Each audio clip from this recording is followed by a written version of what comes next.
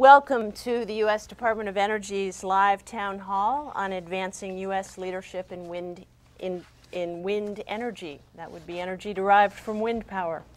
My name is Heidi Van Genderen, and it's my honor to direct the Office of Public Engagement here at the U.S. Department of Energy. We have a live audience here in our auditorium, and this event is being broadcast live online today. Thanks to those of you who are here in person, and thanks to those of you who are joining us at energy.gov/live for tuning in.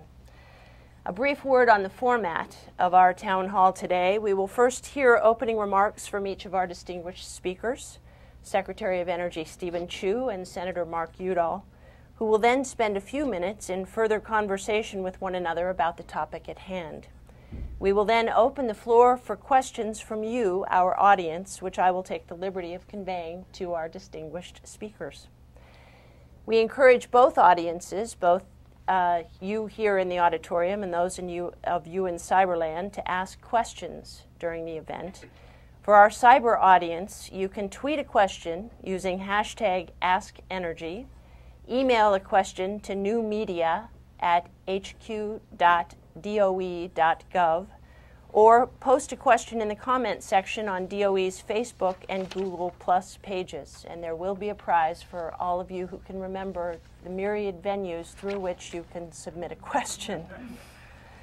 For those of you who are with us today, you have been given index cards, and you are most welcome to jot your questions down at any time during the event, and there will be folks along the edges of your rows to collect those questions. We also encourage you all to amplify today's event. The topic is an important one, and we encourage you to use your cyber and social media skills, whether it's through a blog, through your Facebook page, through tweeting, or if you're standing in the grocery store this weekend and you want to engage in idle conversation about the importance of public policy on expanding renewable energy, have at it. Wind energy, on to the main event. Wind energy is one of the great American success stories, and you'll hear greater detail about this from both of our speakers today. Whether it's the doubling of wind energy capacity in this country in just the past 4 years, or the rise of domestic wind manufacturing content from 35% to nearly 70% today in that same time frame, wind production has been a good news story for communities around this country from almost every angle you can think of, whether it's rural revitalization, economic development and job creation, or more broadly, cleaner air. It's all good. The role of government and the policy platform that has helped this still young industry grow is a primary focus of today's event. And the role of government, more broadly in support of a burgeoning renewables industry, is also topic for conversation today. It is my distinct honor to introduce you to our two nationally renowned champions. As United States Secretary of Energy, Dr. Steven Chu is charged with helping to implement President Obama's ambitious agenda to invest in clean energy, reduce our dependence on foreign oil, address the global climate crisis, and create millions of new jobs. Dr. Chu is a distinguished scientist and co-winner of a Nobel Prize for Physics, who has devoted both his scientific career and his leadership at DOE to the search for new energy solutions and stopping global climate change. It's been my honor to work for him over the last year, nearly a year, and I can personally testify to his extraordinarily facile grasp of all energy technologies. He also has a truly wonderful ability to translate immensely complex topics, whether scientific or technological, into terms that everyday people, like me, can actually understand. It's an immense gift. Dr. Chu, thank you for your leadership on all fronts. Senator Mark Udall has served the people of my native state, Colorado, as a state legislator, a 5-term member of the United States House, and now as U.S. Senator, where he has served since 2009. The Udall family, and Senator Udall in particular, have been well-known Western champions for the importance of respectful and sustainable use of natural resources and the rules and regulations that can help assure this. Senator Udall is known in particular for his ability to reach across party lines to build the necessary bipartisan support, an essential ingredient, for example, toward good energy policy. Colorado citizens took matters into their own hands regarding the state's renewable energy standards some years back by conducting a citizen initiative. And as one who was involved in that effort, as I was in Colorado at the time, I particularly remember then Congressman Udall's leadership as co-chair of that successful campaign. Senator, thank you so much for joining us today. I'd now like to turn it over to Secretary Chu for his opening remarks. Well, first, thank you, Heidi, for that very nice introduction to the topic. I would have to say unabashedly very bullish on the prospects for wind and the prospects for renewable energy in general. I think many people think that haven't been following this technology think, oh, well, this is all fine and good, but renewable energy like wind will always remain more expensive than fossil forms of energy. So the good news is not so, that there's been remarkable improvements in the technology in wind.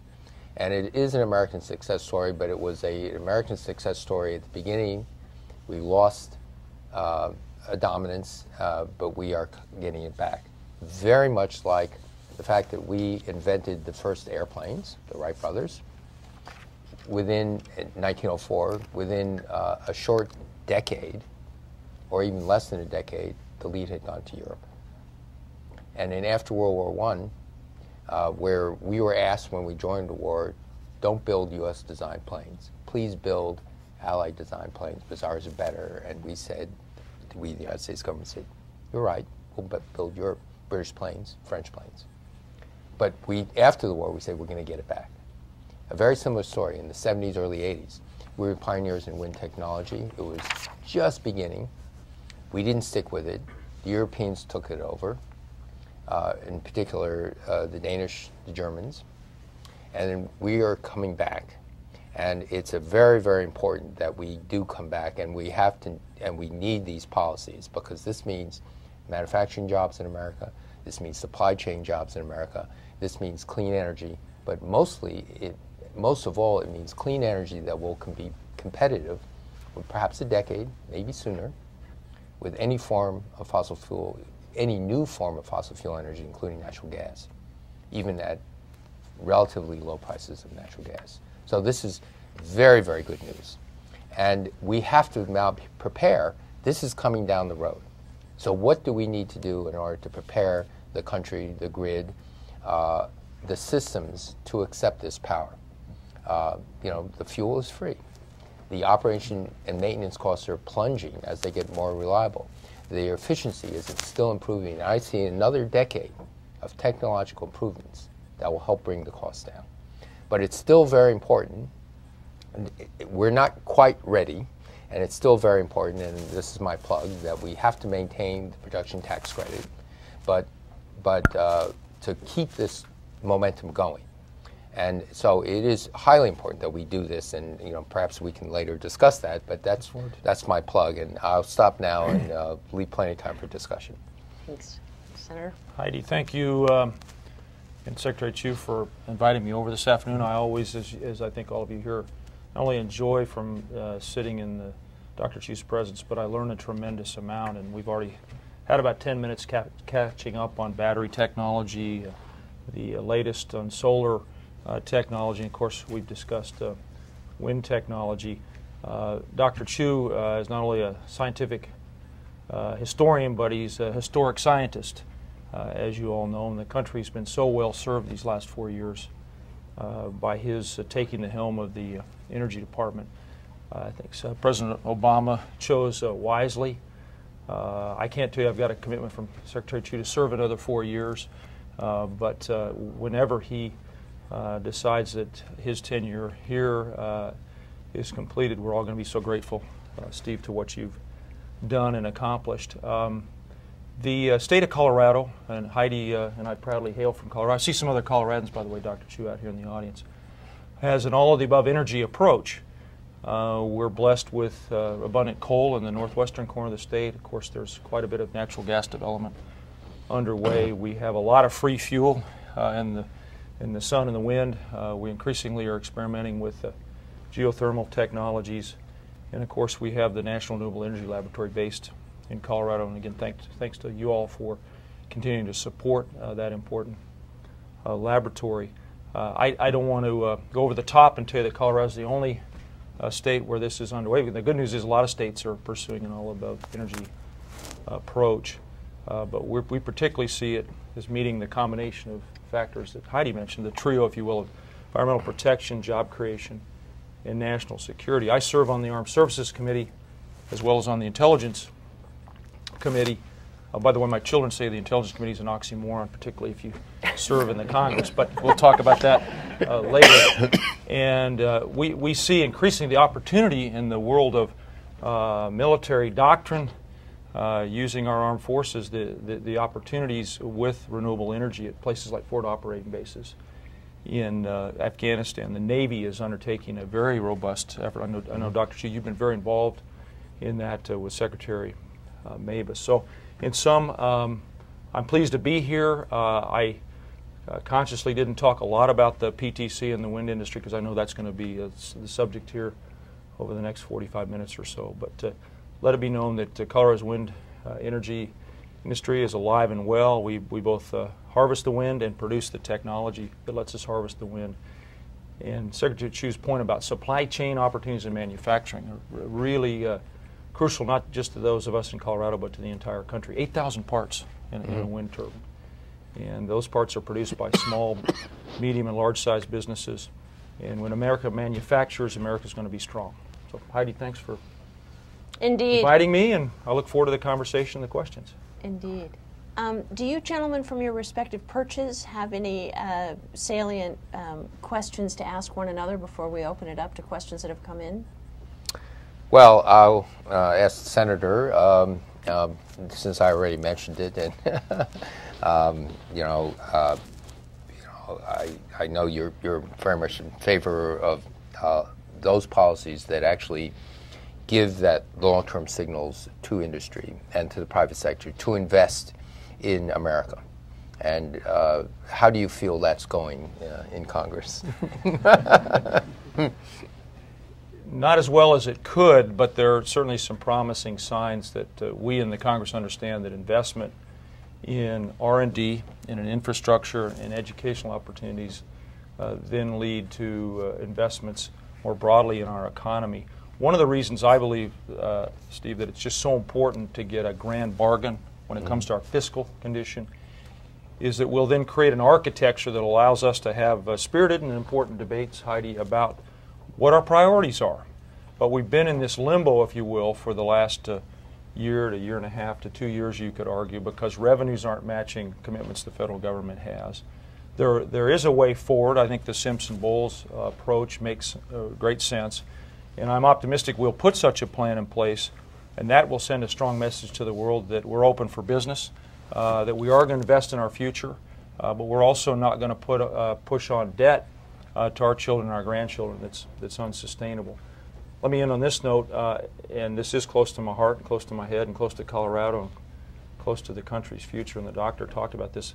We do need to extend the production tax credit. That would be a strong statement that we are investing, that we do understand the importance of maintaining our leadership in the world when it comes to new energy technologies. How it's going to happen, I don't know. I hope somebody here maybe has a little more clear crystal ball than I do, but to Senator Baucus, the Finance Committee, the Senate at large knows the importance of extending the PTC. There's bipartisan support for it. Chairman Grassley, I should say now Ranking Member Grassley, is the father of the PTC, and he's joined forces with me and a lot of other Democrats and Republicans. So keep rooting for us. It's important for a whole host of reasons that we extend the PTC. Would it be untoward to ask one of you to give the audience just a brief primer, especially those in cyberland, as to the importance of the PTC? What does this measure do precisely? I'll give it my best, and then I've got my backup here.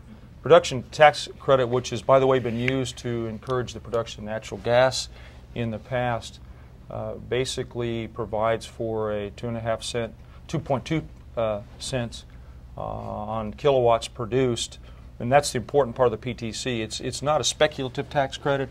It's not suggesting that people's good behavior might be rewarded at some point. It's tied directly to kilowatts produced.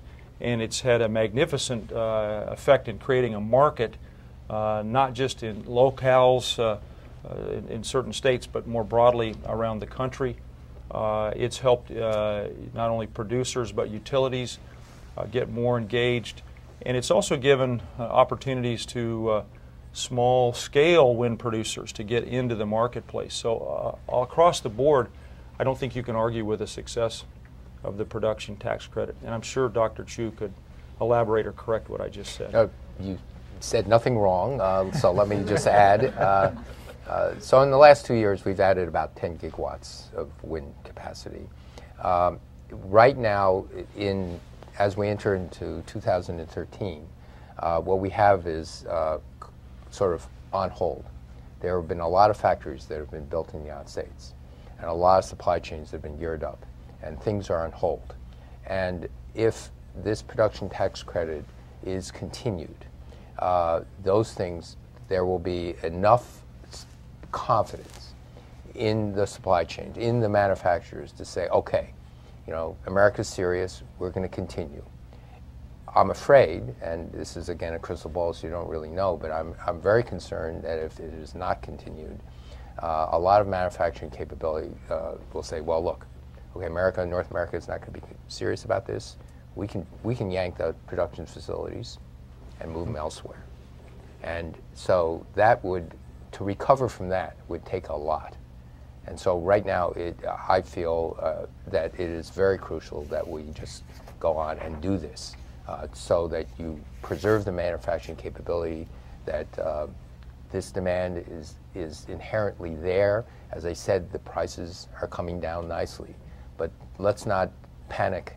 Let's just say, hey, just stay the course, and we'll be in a very good situation. Again, this is economic opportunity. This is mid, short, long-term economic opportunity, and we should also really be focused on that fact. Heidi, if I might add, Please. one of the great experiences Dr. I had recently was in Pueblo at the Vestas plant in Pueblo. They build the towers there, and just the pride in the people who work there when they see their handiwork that then produces American-grown energy is really inspiring. A lot of the men and some women who work at the factory were previously employed in the steel industry in Pueblo. Pueblo is known as a steel town, but for a lot of reasons that you all are aware of, the steel industry has become more and more competitive, and many steel mills have been shut down. But we've been, and I think there's a similar story in Pueblo to what's happening in the Midwest of our country and other traditionally manufacturing-focused areas. But you visit with those employees. Benefit packages are nice, but what's most uplifting is that their sense of pride in using their hands to manufacture these machines, which are marvels of 20th and 21st century American ingenuity. We have a mix of questions both on the technology and policy side, so I'm going to demonstrate my lack of facility as a moderator and just start firing questions at you, gentlemen, in those two categories. I'll take broadly. Policy and the okay, doctor that's what I'm takes thinking. technology There and may be a science. nice No, we can swap. there may be a nice division of labor here. A question from one of our cyber listeners: do we know how much fossil fuel power plant emissions have been displaced by the gigawatts of wind, Dr. Chu, that you've mentioned? Oh, you know, I can't really quote an exact number, but I would say that right now we have, in terms of renewable energy, if you count hydro, it's roughly 6% of our electricity output. You take wind and solar now, it's getting into the 5-6% range as well. 5-10 years ago, it was 1%. 10 years ago, certainly, it was not a really contributor. So on the percentage basis, so I can tell you on a percentage basis that it's been good news, but it can't be taken for granted. And again, we should continue to keep our attention to this. Again, it's a false choice to say that either we develop clean energy sources and mitigate the worst risks of climate change, or we have inexpensive energy. That is a false choice. You can have your cake and eat it too, because the wind is going to be coming down. Solar is coming down dramatically as well. And there was a second part that you may have just addressed partially to this question, which was at what cost has wind come on to utility systems? And as in dollars per kilowatt hour, you mentioned the declining cost, but considering, and here's a wind fact from the questioner, that wind farms generate mostly at night, the power they generate when the wind blows, when the value of electricity is the least. Can I start and then hand it over to Please. Senator? Yeah. First, while yes, that's true, we have a distribution system, and we have a country that can actually handle this, certainly at the level where it's at today. And in fact, if it doubles or triples, without energy storage, we can have a distribution system that can accommodate significantly more wind. Now, what cost? Right now, if you look at what the costs are, you take out the production tax credit and other things, it appears that it's around 7.2 cents average per kilowatt hour.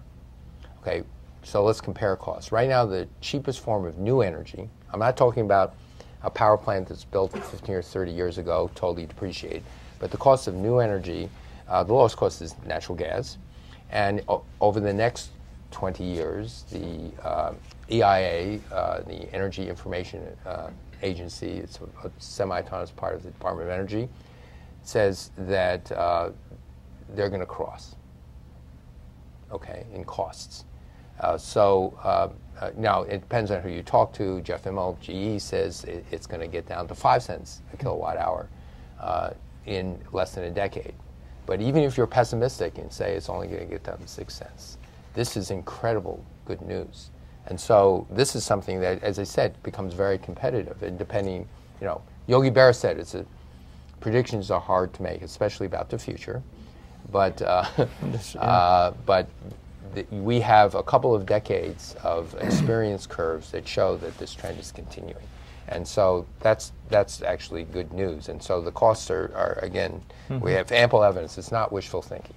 And the best news is you look at what the technologists are doing in terms of higher reliability, going to direct drive, higher towers, lower maintenance costs, better designs, better efficiency.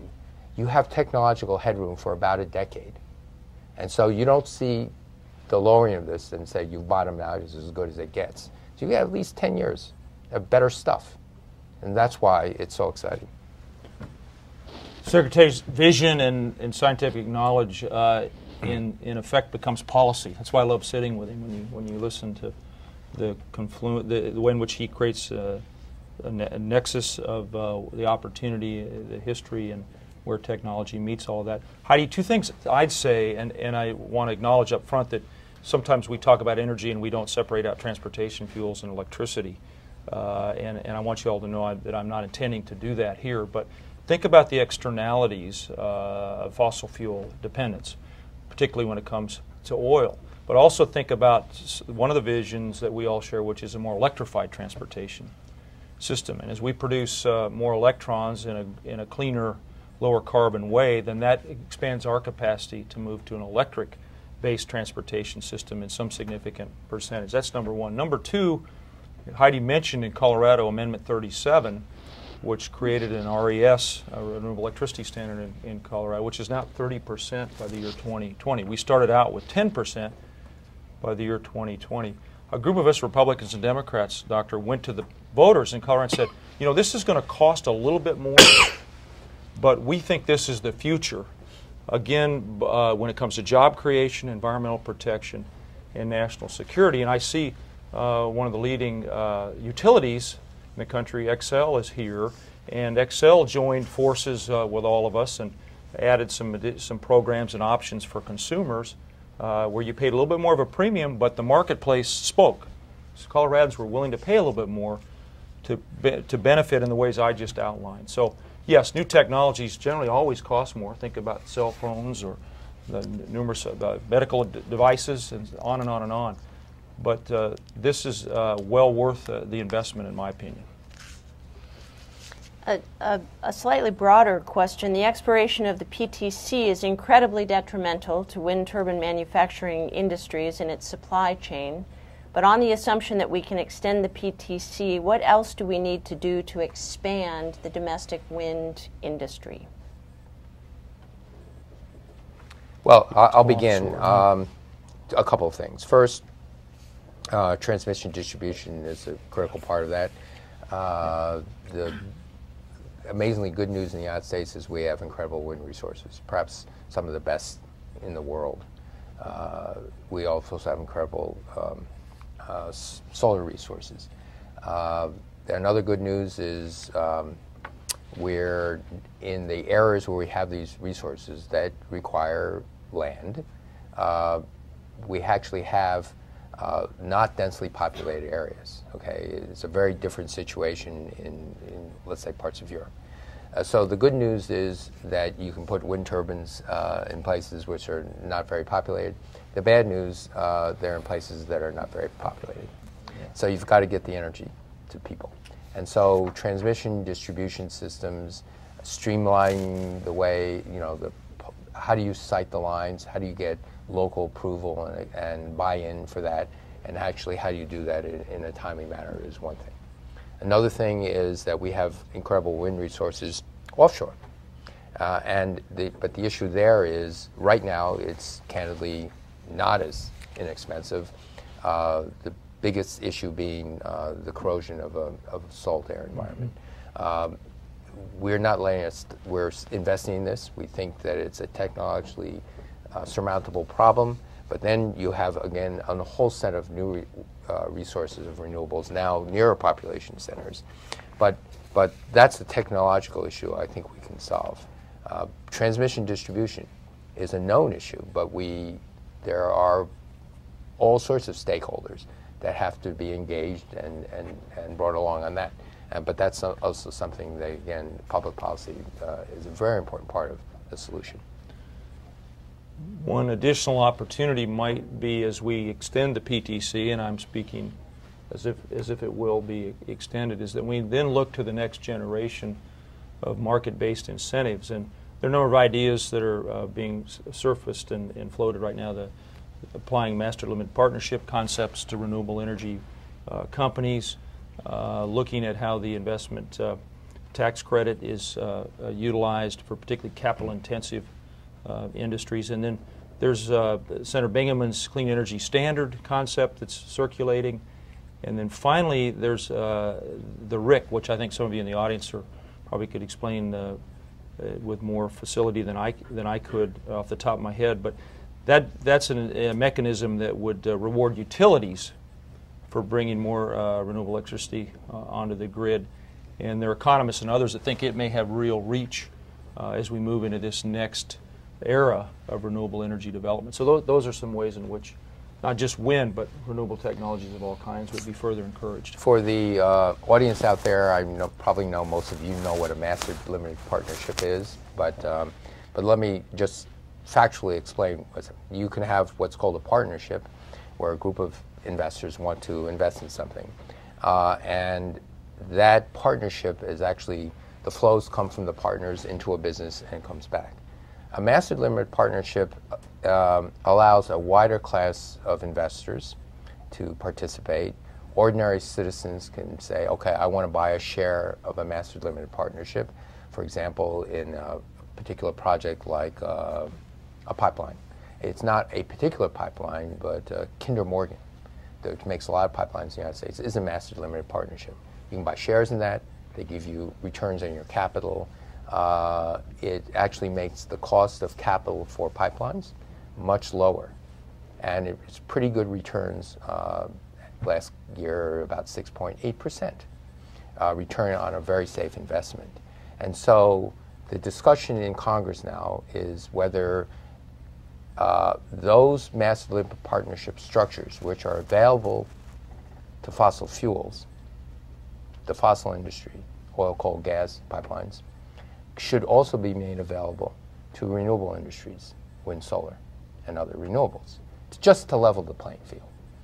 If it is made available, the cost of financing goes way down. And if the cost of financing goes way down, guess what? The cost of wind goes way down. Because the most expensive part of any renewable is the capital cost. You've got to borrow money to do this stuff. And so this means it goes down from the 10, 12, 15% equity finance, which is where it comes from today, to 5, 6%. It's a world of difference, okay? And it will have a profound impact on capital, private sector investments. A lot of it sitting on the sidelines gets unleashed and will spur the demand in the industry. So that's I'm just explaining the concept of master limited partnership. Heidi, maybe I could ask the Secretary of follow-on Please. question. If I might, I talked about getting a grand bargain when it comes to the country's fiscal future. One of the comments and concerns you hear from the business sector is the uncertainty that exists in a lot of policy areas. Now, there's always uncertainty, and that's endemic to a capitalist-free society. But one of the comments you hear in a follow-on basis is when most business people are optimistic in a long term that we're going to get a deal. But a lot of those business people say, once you get a deal, we're going to bring this $2 trillion of cash we've got on our balance sheets into the marketplace. Doctor, I wonder if you think, based on what you've seen, if that some of that cash on balance sheets is going to come into this very world that we're discussing here today. Well, I think again, it's up to Congress. But I think if Congress does move on this, there's a lot of money on the sidelines. Right now, if you want to make a super safe investment, well, Treasury notes. But that's 1 or 2% interest. Then if you want to do the stock market, well, there's real risk. I mean, it's a volatile market. I think a lot of people, candidly including myself, if you have the stability and the safety that you see in these massive limited partnerships, but they bring in 5 or 6%, hey, I'll take that, right?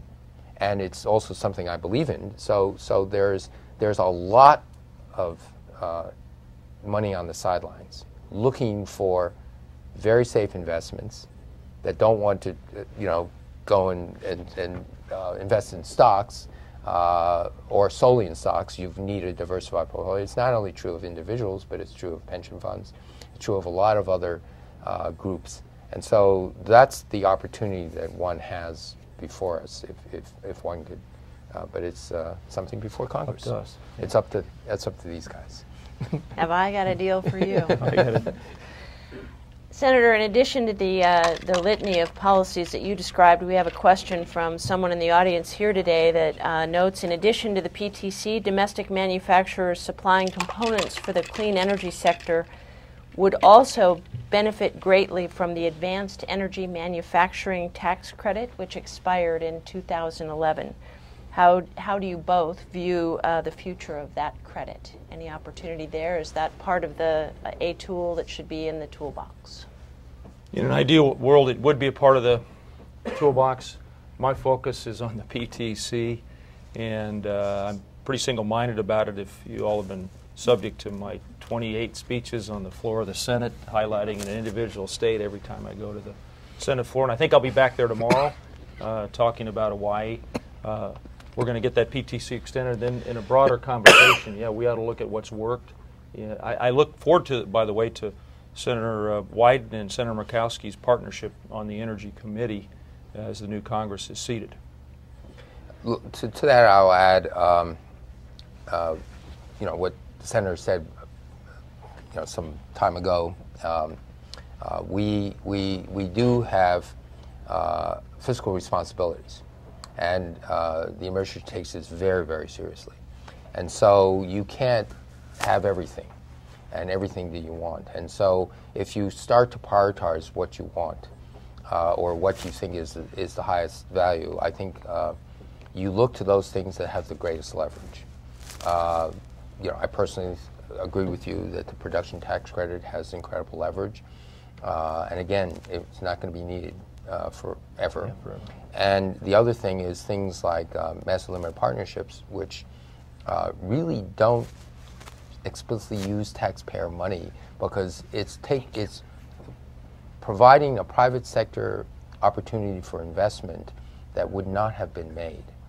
And so things like that have a lot of leverage in terms of what it will stimulate in terms of growth in our economy, what will stimulate in terms of those things that give lasting capability to our economy in a way that doesn't actually have that much consequence to the Treasury.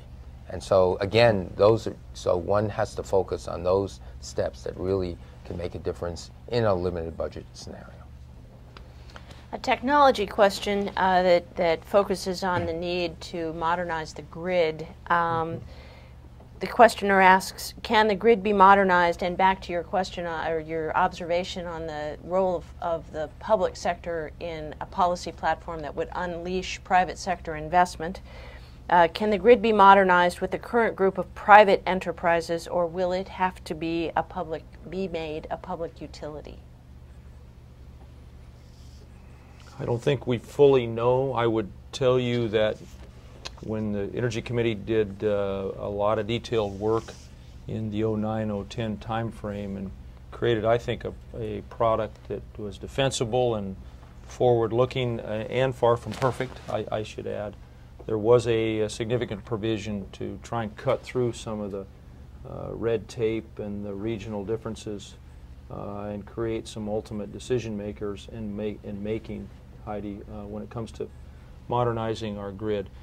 I don't think, though, we've figured out quite how to get it done. Where there are about 250 RTOs, regional transmission organizations, and it's a complex, federalized, if you will, system that we had. But I'd welcome from the viewers and listeners ideas. And now I'm going to turn to the doctor because I think he's probably figured this out, and he maybe has the solution right at his fingertips. Well.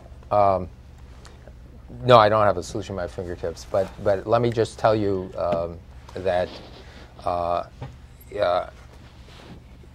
first thing you have to ask yourself always is it possible to actually get what we have to be much better?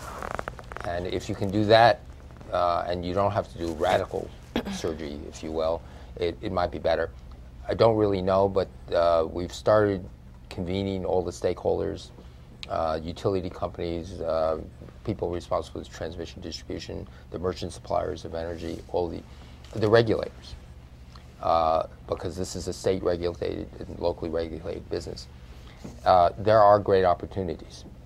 First off, let me just say that the first opportunity is if the transmission distribution people with the power generators actually share very important data. This is technical data having to do with what is happening to their lines, the so-called the 60-cycle phase.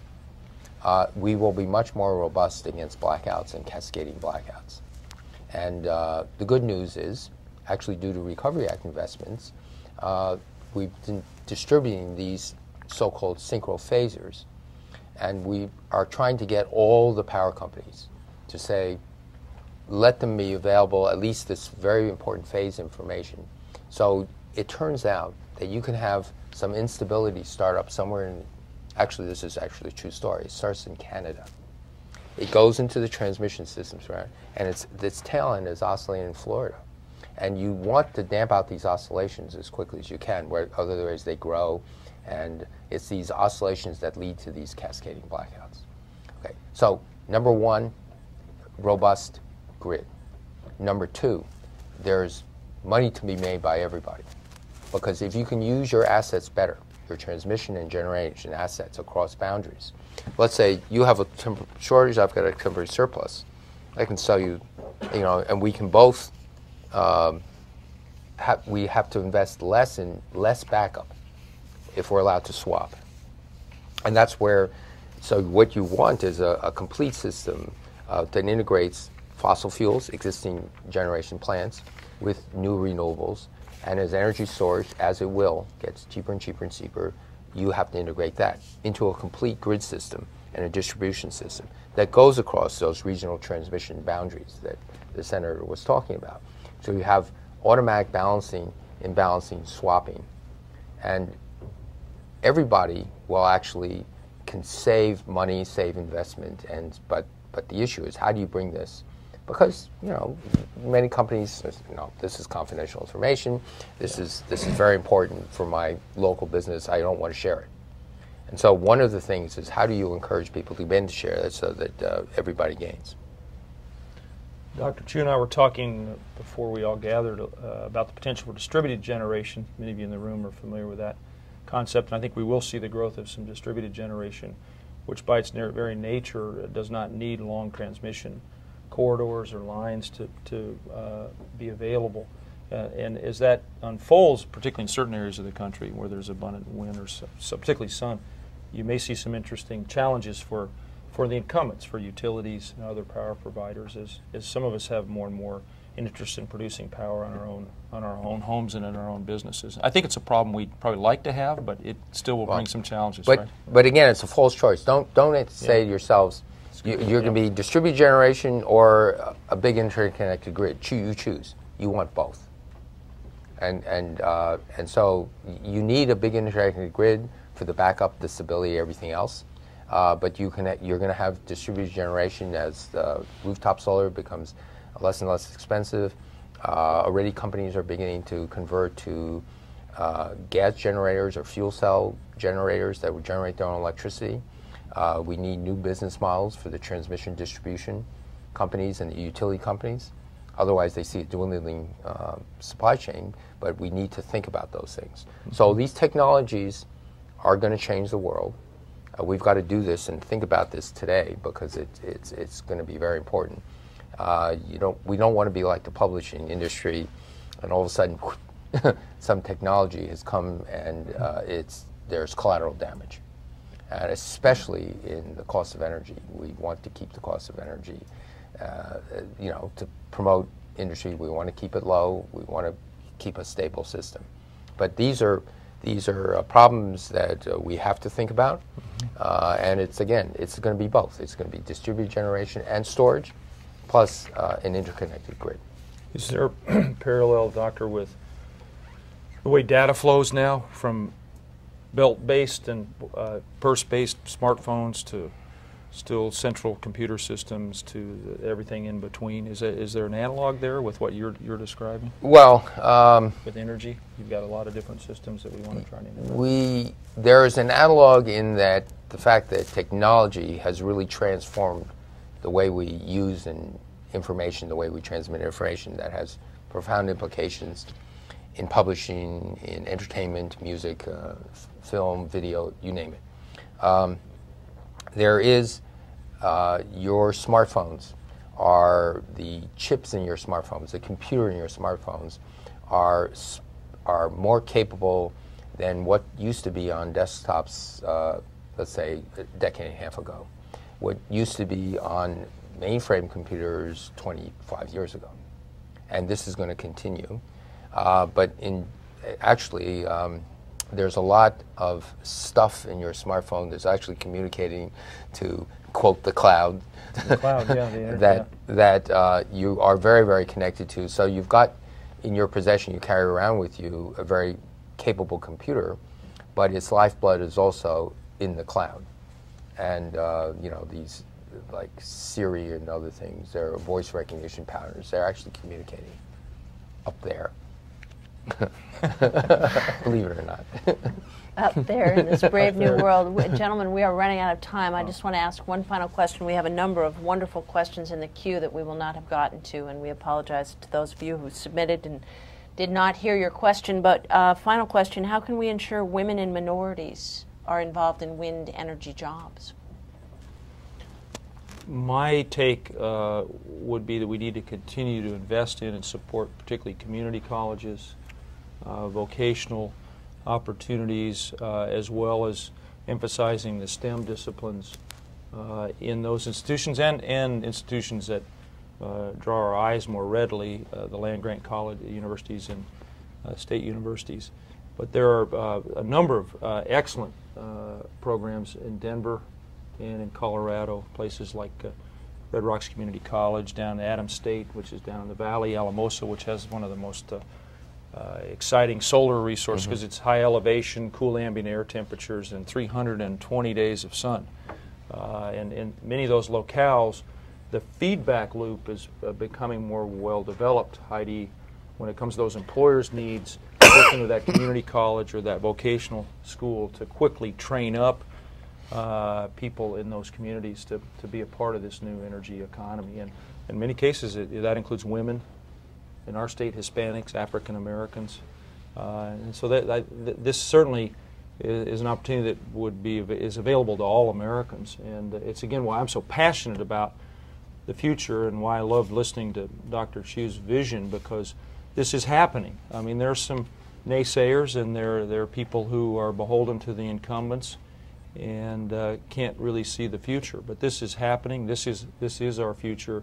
We've seen great growth in IT and telecom, increasingly in the biosciences. Clean energy and low carbon energy is the next big thing, in my opinion, and that's why it's just so important for America to invest in its people, make capital, provide opportunities for capital to be deployed, as the doctor described, and continue to do the research and development that's done so powerfully here, Doctor. Thank you for that, and to all the universities and all your partners, because that combination will mean that America wins the global economic race, which in the end, that's what this really should be focused on, is how do we compete economically? How do we provide jobs for our people? When we provide jobs for our people, then the values we hold dear that are enshrined in the Declaration of Independence continue to be alive and well. It's this beautiful, important, magnificent combination of a high, solid standard of living combined with the freedoms that we sometimes take for granted but are just central to the American experience. And why every human being, I'm being probably maybe a little bit hyperbolic, but I think why every human being I've ever met admires America, and I think everybody is an American in their core. But we have that work to continue to do. Let me repeat in slightly different words what the senator said, because it's worth repeating. When you ask a question about how do you get women and minorities into a particular industry, it goes back to the fact that what you really have to look at is how do you instill in all Americans the notion that they have the opportunity and the educational opportunities, K through 12, junior colleges, four-year colleges, and beyond, and that you can make a livelihood, whether it's in any part, in the manufacturing, in the installation, in the engineered design, in the scientific research that goes into the new technologies. Women and minorities should be not only encouraged to do this, this is taking full advantage of the human capital we have in the country to actually say, yes, there's huge segments that should be actively encouraged to do this. And let me end with a little story. I was a professor at Stanford, and I was put a very small committee. This was in the, I think, late 1990s or somewhere in mid-1990s. And this committee was charged with how do you get more women into the professorate at Stanford, but not only how do you get them in, how do you retain them? How do you make sure they're successful? And what can we do? Because even if you bring them in as assistant professors and you look at the statistics at that time, there was a higher dropout rate. And so it was a very distinguished committee. For example, Condoleezza Rice was on this committee with me, and she stayed on until she became provost, and all of a sudden she would have to receive the report, so she had to step off the committee. So about half a dozen of us looked at this, and the recommendations we came up with were actually amazingly simple. In order to retain women faculty, you should do certain things, but those things would actually be good for all junior faculty. And as the university actually incorporated those things, the retention went up for women. Okay, for example, that baby, take a year off, stop the tenure clock, you give more support, things like that. You can, incorporate a little bit of balanced lifestyle into this, but it's also turned out to be good for all faculty. And so, in actual fact, and go back to your question, the things that get women and minorities into this will be good for all Americans. Okay? And it's really taking advantage of all the capital assets we have, which is our people, which is our biggest asset. And that's something we should always remember, that the investment in any fiscal hard times, R&D, investment in the education of the future, is where we have to have priorities. Well said. Gentlemen, thank you both so much for your leadership on this. We look have a forward cold, to a so happy don't ending worry. on the production tax credit, as well as robust policy support for renewables going forward. Thanks to everyone here. Thanks to people in Cyberland. And for those of you who know people that did not see this today, it will go up onto energy.gov tomorrow to be consumed by future generations. Thank you all so much. Thank you. Thank you.